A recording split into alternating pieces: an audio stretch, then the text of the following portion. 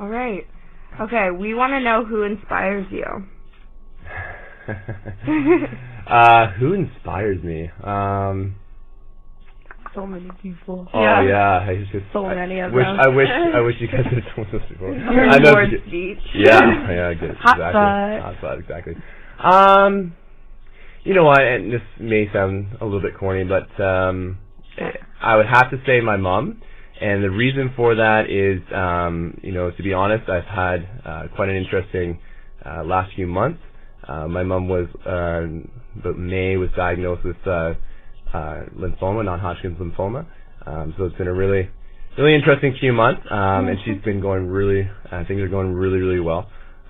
So I just seeing, day to day not being there, but, seeing how well she's been dealing with it has been really, really inspiring in that sense. So I'll have to go with that. That's really sweet. Yeah. Yeah, wow. Breaking my heart. All right. How do you envision Laurier's role, or Radio Laurier's role on campus? A Radio Laurier. Radio Laurier. That's what we want to know. Exactly.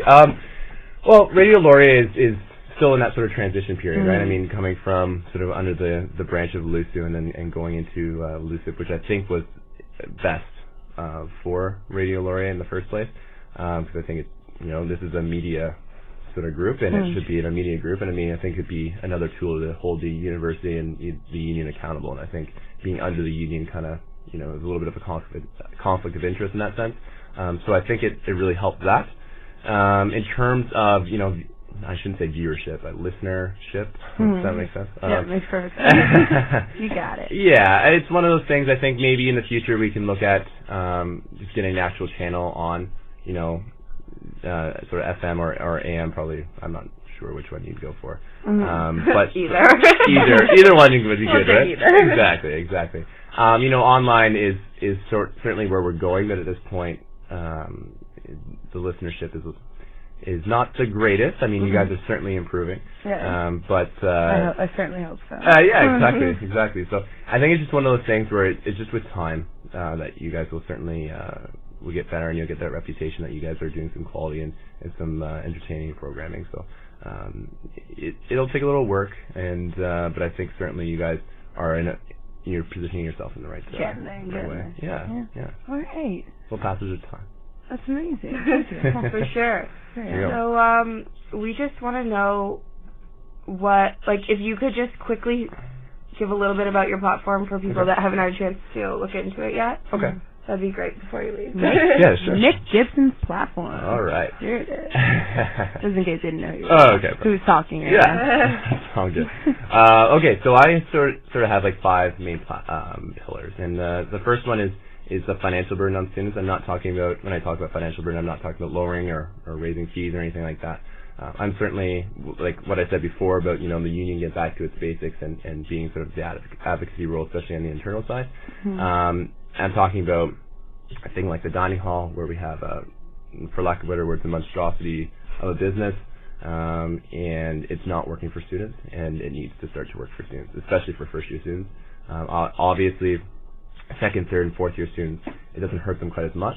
But any of you who swipe your one card and use your one card, even if you're just using it for, printing or stuff like that, at this point, 4% of that money is going straight to the university, and that is in some direct way subsidizing a failing business in the dining hall.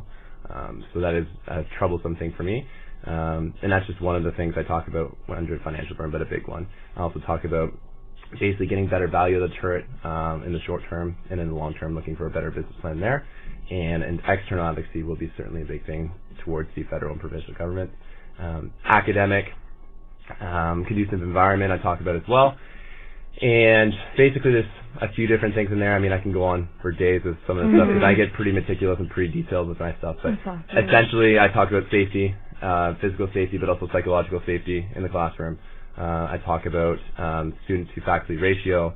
I talk about various other things, but those are 2 pretty big things. Study space obviously is another big one. Yeah, it's a huge one. Yeah, exactly. And I also, I have a separate Brantford plan. They're all same pillars for Brantford, but different, obviously, specific things. I talk about the volunteer experience, not just for WLUSU volunteers, but also everyone else. For example, I'm in Greek life in fraternity. Cool. As much as they have this, stigma around them that they're, all drinking and parties all the time. It's a social thing. It's a social thing, certainly, absolutely. But the thing is, for me, it's one of those things where it's the stigma that it's really not true. As, for example, I don't drink, so for me to go into a fraternity, it's all about drinking wouldn't make a whole lot of sense. So it's really about leadership, and all the organizations on campus do really good things, and a lot of people don't realize that. So, that's just an example. But I kind of talk about that on my platform, talk about sustainability as well. Pretty simple things like putting recycle bins in classrooms. We don't have recycle bins in all classrooms. What is up with that? That doesn't make any sense, I've noticed. right? Better training our not our volunteers, but our employees in the terrace to ensure that we are getting rid of our waste a little bit better. And I also talk about providing alternatives to bottled water, not only because it's very, very expensive. Bottled water is more expensive than gas. If a lot of people realize that. But it's also not very good for the environment in many, many ways.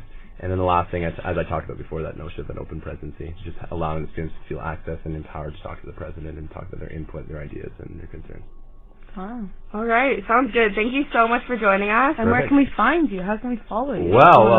There's many ways to do that. Your campaign. Yeah, exactly. The website is going to be launched today, so that's pretty exciting. It's picnic2011.com, PICK2011.com. Facebook, it's Nick Gibson for WLUSU President, and you can also find me in my personal fan page, my personal Facebook group. Facebook profile. Wow. Mm-hmm. And then my Twitter is Nick Gibson, capital N, capital G, 19, and you can follow me there too. Perfect. Thank you very All right. much. Thank you so much for joining us. Thanks a lot, guys. Good luck in your campaign. All the best to you. Thanks a lot, guys. I appreciate it.